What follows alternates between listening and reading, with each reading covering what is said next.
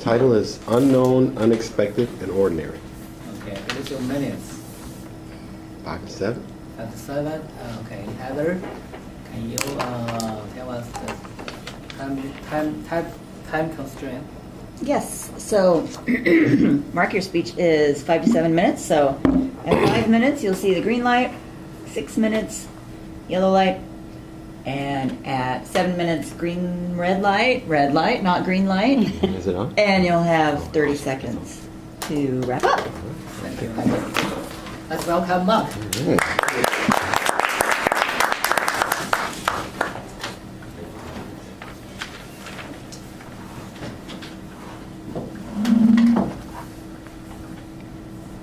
By a show of hands, I have a question for you.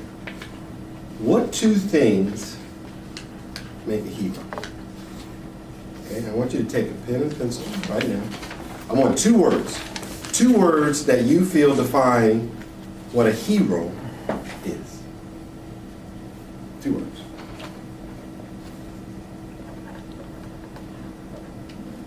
While you're doing that, the title of my talk today is Unknown, Unexpected, and Ordinary. And my intention today is to hopefully broaden the aspect of those two words that you just wrote down. Now I'm going to go around real quick and ask a couple of members what their word was. You don't have to explain it, just give me your word. So Dr. G, what's your word? For hero, For hero. not afraid. Thank you, I love it. Anybody else? Second. Inspirational. Inspirational. Jack. Selfless. Selfless. Tracy, you have a word, I know. And courage, well, just one, right? You want This one, courage. There's a gentleman by the name of James Shaw. And one morning, early one morning, he's out and about, 1, 2 o'clock in the morning, and looking for some place to go eat. James Shaw lived in Tennessee and thought, I want to go get some breakfast. So he visits this one breakfast house early in the morning, about 2 o'clock, and gets there, and the line is kind of long, it's real busy. He thought, let's go try another breakfast place that's not too far from here. Get to that breakfast place, sits down, the line's not too long, he's eating his breakfast, about 3 o'clock in the morning. Next thing you know, gunfire rings out. 3 o'clock in the morning. James Shaw runs into the bathroom. On his way into that bathroom, gets shot in kind of a nick in his elbow from the grazing of a bullet from the gunman, who was once outside but now is inside of the Waffle House in Antioch, Tennessee. So there he was in the bathroom, thinking to himself, okay, there's only one way in, one way out. He hears somebody on the other side of the door. He's assuming that is the shooter. He summons up all the courage he has, runs through that door, opens the door, opens up really quick, and the gunman's right there. They wrestle. He is able to get the gun from the gunman. Meanwhile, just like this gunman doesn't have any clothes on, and he wrestles the gun away from this gentleman. James Shaw takes the gun. The gunman runs out of the restaurant. Now, he didn't know what the gunman, where he was going. James Shaw showed up that morning, an unexpected hero.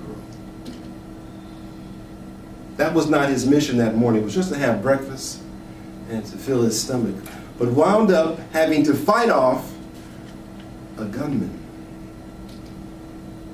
Unexpected. He did not plan to wrestle this gun away from this gentleman, though that's what he had to do.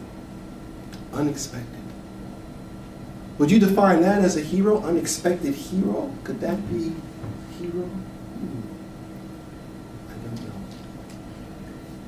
James Shaw's words to a reporter was, I don't consider myself a hero. To be honest, I consider myself a little selfish because at the moment I was fighting for my life. I wasn't thinking about anyone else. I was thinking about surviving in that moment. An ordinary man saying, was I selfish in that morning, though his act did help to save lives.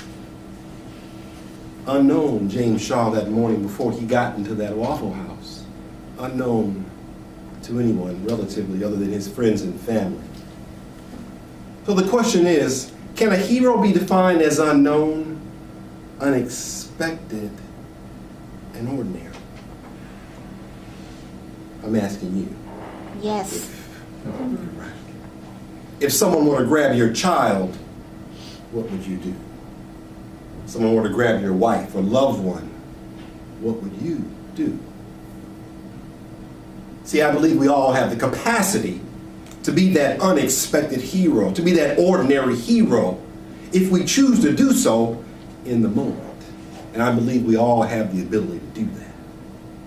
So I think of James Shaw as a hero, not because he was courageous, not because of anything else, but because he made the decision in that moment, honestly, to be a little selfish and save his life, which in turn saved many lives. That night, 4 people died. That morning, I should say. And he would have been the 5th had he had not been the unexpected hero in that moment. So you say to yourself, well, Mark, why do I tell you that story? It's because I think we all have it. I think we may not all have to tap into it, but we all have it somewhere inside. I'm not a gun owner, I'll be totally honest with you. But I tell my wife, I says, you know, if anyone were to break into our home and I go toward them, again, I don't have a gun, you either run or get out. All right, whatever you want to do, but I'm saying I will deal with the perpetrator that's coming in. And if I had to give my life, I'm okay with that.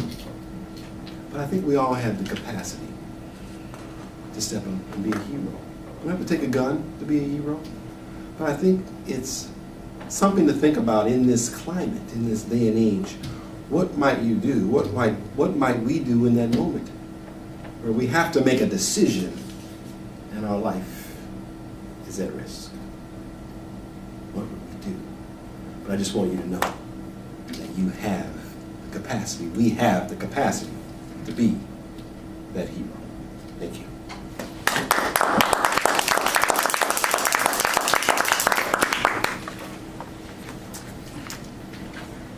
Well, that's an unexpected topic. Let's give 1 minute for every member to write comments.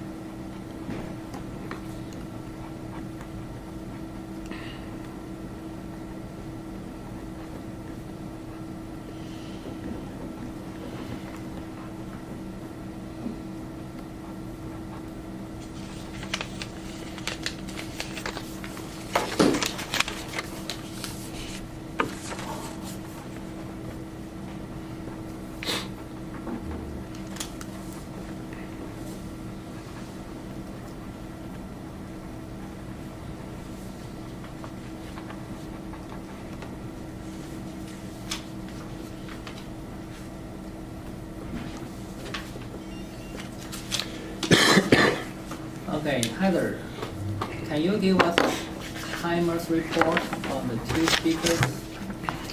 Yes, thank you.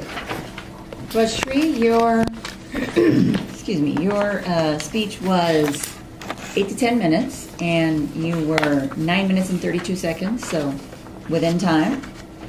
And Mark, yours was 5 to 7. Your actual time was 6:58, so you were also within time.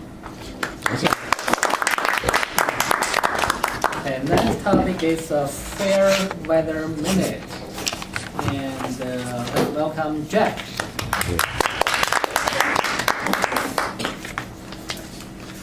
Thank you. I serve as a board of director for one of the project management institute chapter called Sacramento Valley. 2 weeks ago, we were having a board of directors meeting and a strategic planning session, trying to figure out what we're going to do for the next 2 years. One of the topics that came was about members, membership, member value, and how can we increase the member value, and so on. There were lots of ideas about offering educational opportunities, there were lots of ideas about networking, lots of ideas about career fair, and everything came for discussion. There was one thing I noticed after spending time here in this club and speaking and meeting with everyone else is that I can do the same thing over there in that chapter, in that club. That's a 1,800 member club. And there's a $200,000 annually we collect as a membership fees, and we manage that kind of money. So one of the things I proposed to the board of directors and said, why can't we sell leadership building skills to our members and say, you're a new member and you can become a board member. So here is the path to become a board member. So along the way, you learn the leadership skills that is required to lead people and be able to work with others. And where did I get that from? Toastmasters. That's what the tagline says, where leaders are made. Thank you.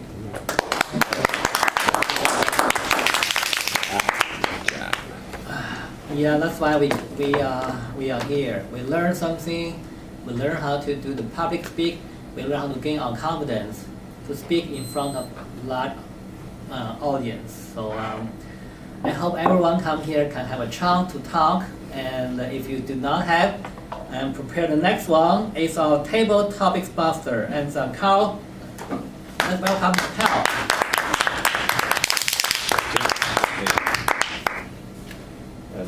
I didn't know that the Bureau of Reclamation and the Fish and Wildlife Service had the same uniform. That's a good one. So, good afternoon, fellow Toastmasters. Afternoon. Happy to be here for the table topics, and it's kind of spring, active time of year, everybody's getting out. So the one I thought I'd pitch here today was your most memorable sporting event and what happened at that venue. And I can think of a couple. I remember my son's basketball team he was on. They kept winning, which is, if you've been in the youth sports stuff, this was unusual in its own right.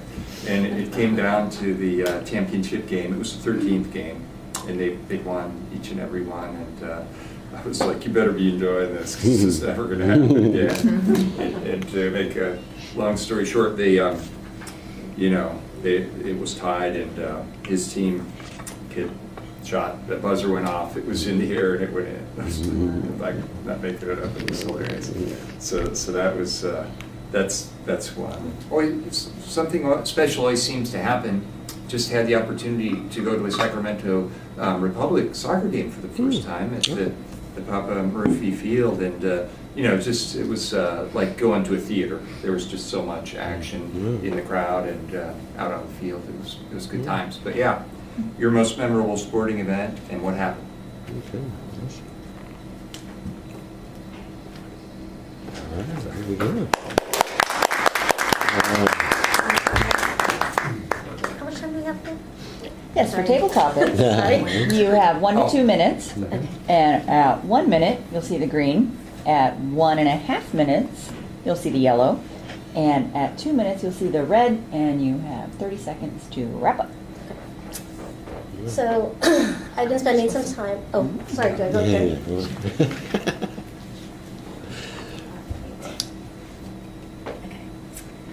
So memorable. All right. So I've been spending a lot of time with my dad recently, and the topic actually is really relevant because one of